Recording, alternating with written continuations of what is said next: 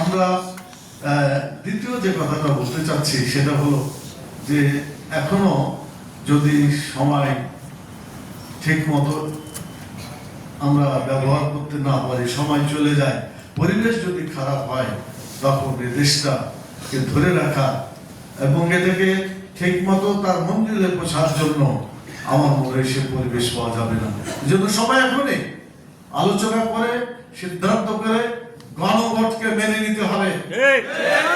গণভোট যদি না মানা হয়, জনগণ তারপরে সরকারকে মানতে চাইবে না, একটা ভিন্ন ধরনের পরিবেশ হয়ে যাবে। সেই জন্য আমরা অনুরোধ করবো, সময় আছে। সেদিন নির্বাচন কমিশন শুধু শপথ করেছে যে যথেষ্ট নয়, যে কোনো ব্যক্তি সংবিধানের অনুযায়ী শপথ দিতে পারে। এই সামনে নির্বাচন যেগুলো আমাদের ফলাফল হয়েছে, আমরা জামাত ইসলামের পক্ষ থেকে আমরা কিন্তু সবটাই আমরা শপথ গ্রহণ করেছি। জাতীয় সংসদের শপথ আমরা গ্রহণ করেছি। গণভোটে যে জুলাই যে গণভোট না হয়েছিল সেটাও আমরা শপথ গ্রহণ করেছি।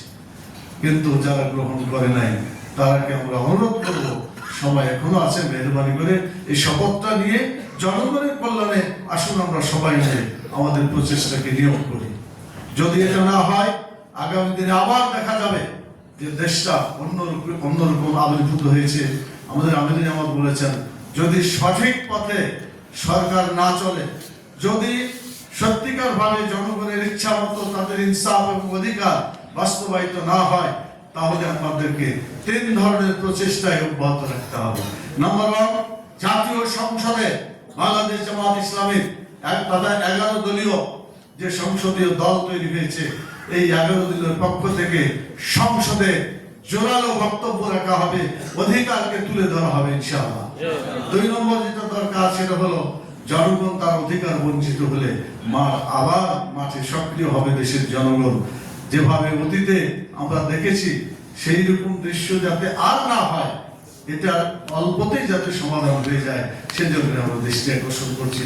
আর 3 নম্বর আমাদের সামনে যে পথটা আছে সেটা হলো আদালতের মাধ্যমে যে সমস্ত অন্যায় করা হয়েছে, যা অন্যায় হচ্ছে, আমি মনে করি গণভিত্তিক গণভোটটা না মানাটা এটাও আদালতে যে সমাধান পেতে পারে। এই কারণে দেশের আদালত জনগণের কল্যাণের জন্য আছে, তারা অন্য কোনো কল্যাণের জন্য এখানে নিয়োজিত নয়। সেজন্য একদিকে আদালতে, অন্যদিকে রাস্তায়, আর অন্যদিকে জাতীয় সংসদের মাধ্যমে আমরা জনগণের দাবিকে বাস্তবায়ন করার জন্য এগিয়ে যাব ইনশাআল্লাহ। সবশেষে বলতে চাই, আসুন বাংলাদেশ